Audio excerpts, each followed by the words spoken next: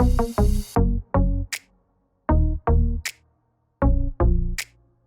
is going on, everybody? Well, we are back for another video today. And real quick, before we get into this video, if you have not picked up your Christopher Scott Arowana merchandise, make sure you go do that now at theFanaticBrand.com. I'm gonna go ahead and give another piece of merch away during this video. So if you would like a chance to win a piece of Christopher Scott merch, all you have to do is stay tuned during this video and enter as it gives you instructions. Simple as that. And you will be entered for your chance to win a piece of merch. Today's video is going to be focused specifically on this 300-gallon tank right here. And if you guys remember over the summer, I picked up this tank from the guys over at Aqua Studios. Yeah, we're gonna take a look back at how we actually got this thing, as well as it being delivered and things of that nature. But that's really not what today's video is about. Today's video is actually going to be about setting this thing up, or at least starting setting it up. If you notice right here, there's actually water in it. We are going to be setting up, as you saw in the title and thumbnail, our DIY trash can sump filtration system today. Let's go ahead and get into this. What's going on, guys? Well, we are back for another video today, and today we are at Aqua Studios in the Colony, Texas, and we're just gonna go in here and just check out and see what they got. Corey! Hey, Chris, what's going on? Got anything cool today? You know, let's see, what have we brought in recently? You know, we did bring in this big tank. A little dirty. It's a little dirty. It definitely needs a little love and care on it, but it will definitely work for somebody that's wanting to do some restorations and possibly moving some fish into a bigger tank for yourself. Yeah? What about this fish that's right here? No, I'm just kidding. Oh, that's a special one. Does that come with it? Uh-huh. Okay, that's good. one of the African lungfish. They can actually live out of water for many, many years, and then when the rains come, How much is it? $500! Delivered? Yes. When can you have it there? You available this weekend? Yeah. How about Saturday? Perfect. Let's do it. Okay. Well, hey, look. I walk in here, it's just here. I'll see you at the house. Well, we're back at the house. Yeah, we went ahead and bought this thing. So we've actually already vacuumed all the sand out of it, and we're actually about to get some water in here and start scrubbing some of this algae off of it and get this thing going. All right, we got water going into this thing. So what this is gonna do is allow us two things. It's gonna allow us to get all of this junk cleaned up, and then we can suck that back out with a Python hose or the wet dry vac. As well as it's going to allow us to check the integrity of the seals to make sure it's not leaking, make sure that the sump boxes aren't leaking. What we have here is this is actually, after doing the measurements, this is a 285-gallon tank. This is by far the biggest tank I've ever owned. We had a lot of work to do on this thing. All right, the first thing we're going to do is we're actually going to take care of this blue background. And what I'm going to use is just a regular scraping razor blade, because this stuff is like a paint or a tape kind of texture, and it comes off fairly easy with just a little bit of scraping. So as I'm sitting here working on the background, I hear somebody screaming in the backyard. So I start making my way back here to try to figure out exactly what's going on. And basically, we got Brenton, who's covered in water, and we have Max, who's swimming. You guys realize this is not a swim pond, right? This actually has fish in it. Well, that's good. So, Chris, this has been going on 11 hours. You've been doing this now? Yeah, it's been about 16 hours, actually. Never mind, I take that back. Yeah, well, that's what happens when you have a 300-gallon shark tank in the making. Hey, Chris. Yeah, I don't know why or who would come up with a bright idea of, let's paint the back of our tank blue. Can I get in it? Oh, hi, Mr. Fan. Ow. That's probably good. You should probably wait until that's off first. I'm in a fish tank. Gosh, this thing is huge. Whoa, oh, whoa. I was actually going to give my subscribers a choice on what fish I put in here, but now I don't have to make a choice. I've already picked it out. Merman Brenton. Well, since you're in there, go ahead and clean off that algae. Ow. That's good. Leaking. It holds really well. It does, yeah. Well, I mean, it's a 300-gallon tank. I mean, I would hope it holds. See, at the moment, I'm actually inside of a fish tank. Hey, Chris. How's it? Sick. Are you gonna let me put fish in this, or is this gonna become like a living room? This is gonna be a swimming pool. I got all the blue off the back and the sides, and I got it all taped up and ready to go. I got the big fish out of here, so that's at least good. I took it in the back, clubbed it to death. Go back what? You weren't paying attention, were you? Yeah, I was talking about you. That was you. Just in case you don't know, Brenton's a little stupid. 6 months later. All right, guys, well, starting with this right here. So what we have is we have a 50-gallon trash can that I picked up at Walmart, actually, for only $10. So this is going to be the base of our filtration system. But essentially, the components of this trash can sump filtration is also going to be a laundry basket. So this laundry basket right here has perfect holes in it, and I have to give thanks to Joey, the king of DIY, because he actually built one very similar to this. And as I was thinking about how I was going to build this, I started thinking about these ideas, and then I started researching online and found Joey had already done one. Of course he has. He's done everything possible from a fish keeping DIY. Thanks to Joey for that. He's the one that gave me the idea on this particular type of insert on the inside of this, because the holes in the side of this are perfect. So what we're going to do is we need to be able to create both a biological and mechanical filtration. This right here is going to hold the biological filtration, which is going to sit to about this height right here. Everything below that will be biological.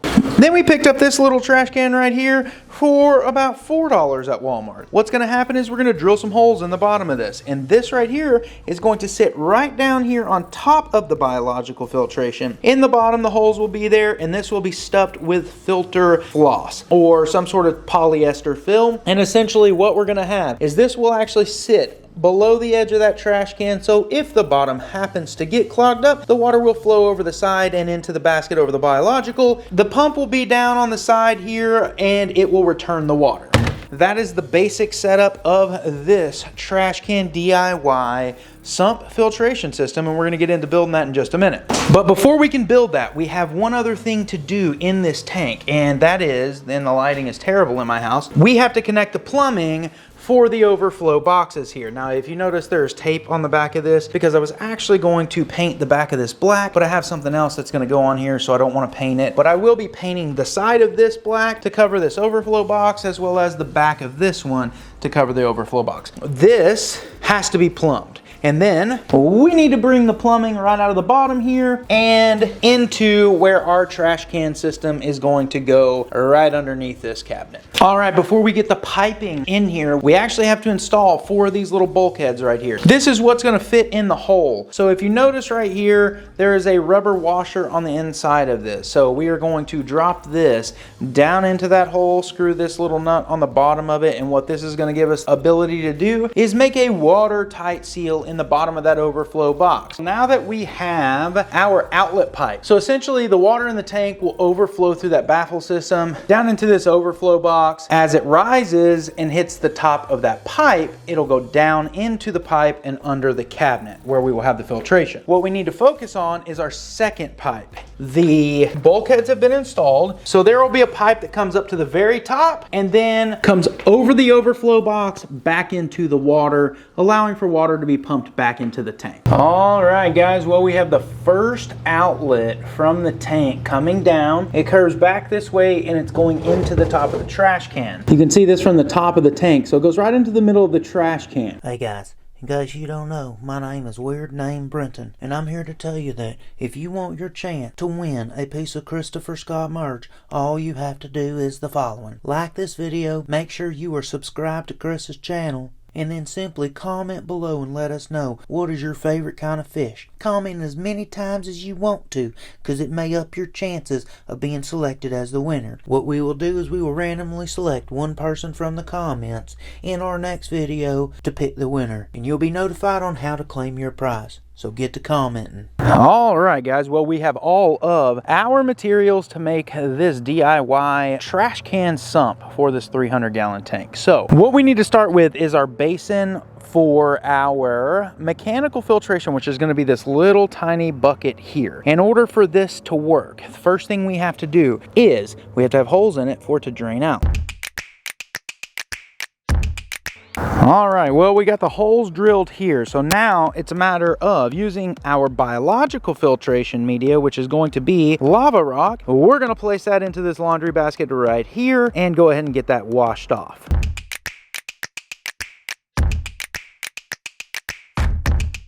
All right, guys, well, the lava rock is now washed. So let me show you how this is going to work. Like this right here. So it'll sit on top of the biological filtration. Then we'll add all of our filter floss. Now there will be a lot more of that. I'm just giving you a demonstration.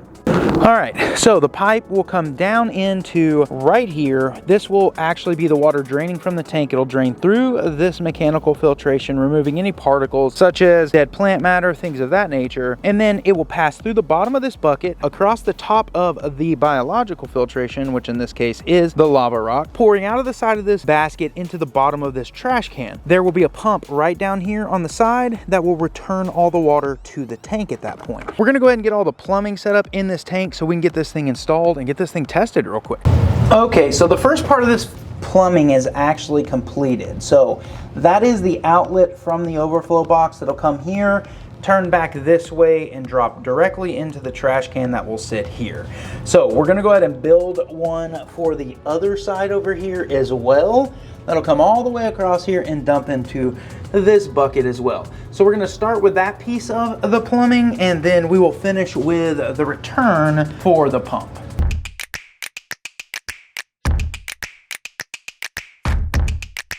All right, guys, well, all the plumbing is in. So if you look down here, so what we have is this pipe is coming in and they're going down into that smaller can. That is filled with the filter floss.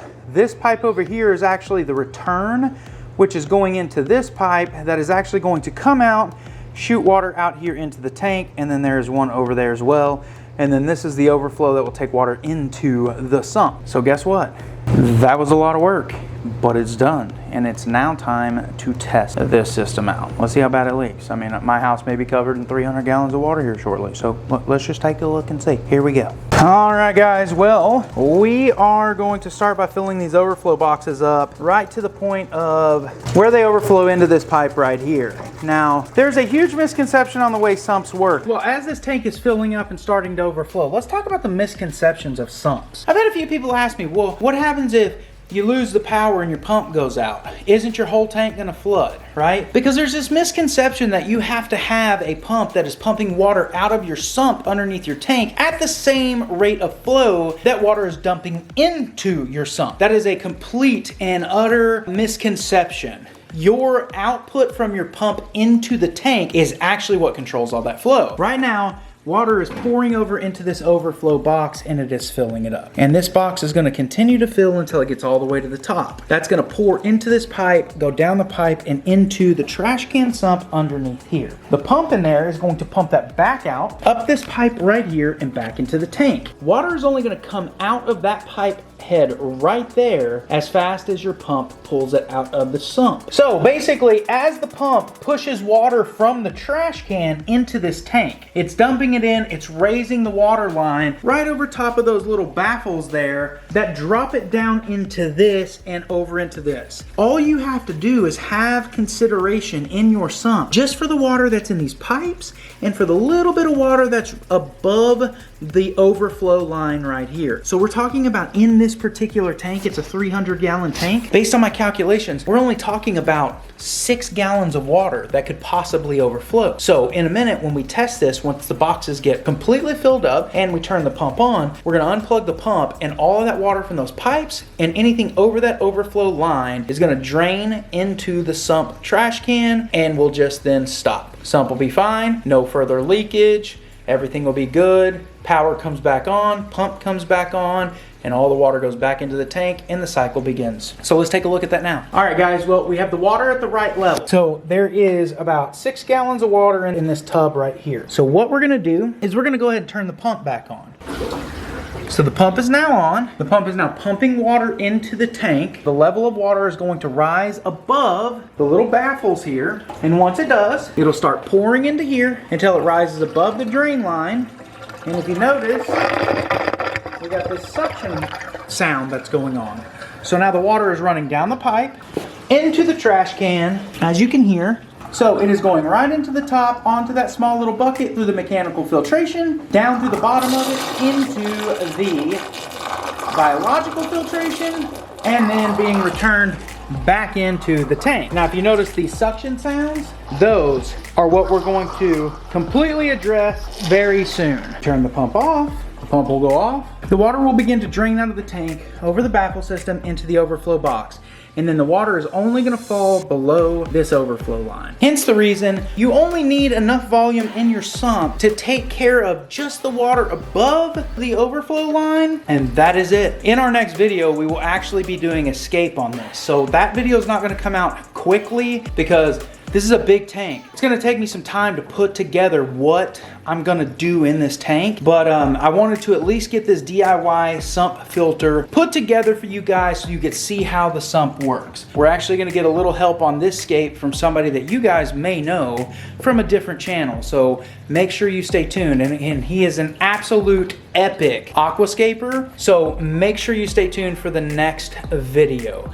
So if you haven't followed us on Instagram or subscribed to this channel, please do that now, as well as if you haven't dropped a like, please drop a like as well. Let me know in the comments, what kind of scape do you think we should do in this massive 300 gallon, it's actually about 280 gallon, but this massive tank, what kind of scape would you guys like to see?